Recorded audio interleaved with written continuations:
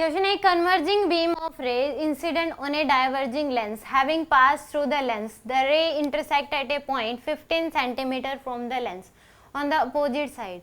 If the lens is removed, the point where the ray meet will move 5 centimeter closer to the lens. The focal length of the lenses.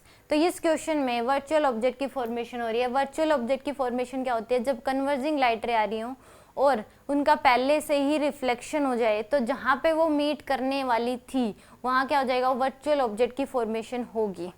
यानी कि जैसे मान लो diverging lens रखा हुआ है, concave lens है, converging light रे आ रही थी.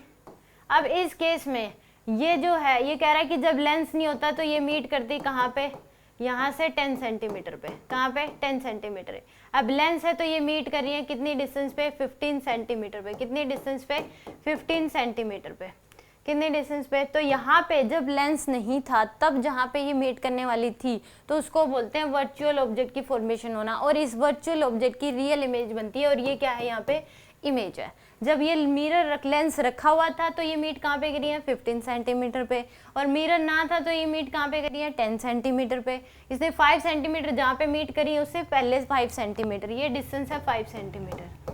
तो यहाँ पे वर्चुअल ऑब्जेक्ट की फॉर्मेशन हुई है. वर्चुअल ऑब्जेक्ट क्या होता है कि जब कन्वर्जिंग लाइट रे आ रही हो और उनका मीट करने से पहले ही रिफ्लेक्शन हो जाए तो जहाँ पे वो मीट करने वाली थी, रिफ्लेक्शन अगर ये लेंस ना रखा होता तो जहाँ पे ये मीट करती तो वो एक वर्चुअल ऑब्जेक्ट बन जाता है और उस वर्चुअल ऑब्जेक्ट की रियल इमेज बनती है. तो इसने यही कहा है कि जब लेंस रखा हुआ तो यहाँ पे मीट करी है. अब लेंस ना होता तो यहाँ पे मीट करती. तो यानी कि ये क्या हो गया? पहले ही इसका रिफ्लेक्शन हो गया इसलिए यहाँ पे मीट करी है. तो जहाँ ये मीट करती लेंस के विदाउट तो वो क्या होता? Virtual object. तो ये क्या बन गया? Virtual object. और वर्चुअल ऑब्जेक्ट की रियल इमेज बन गई. तो हमें बस क्या लगाना है? Lens formula -1/u plus 1/v equal to क्या हो जाएगा? 1/f.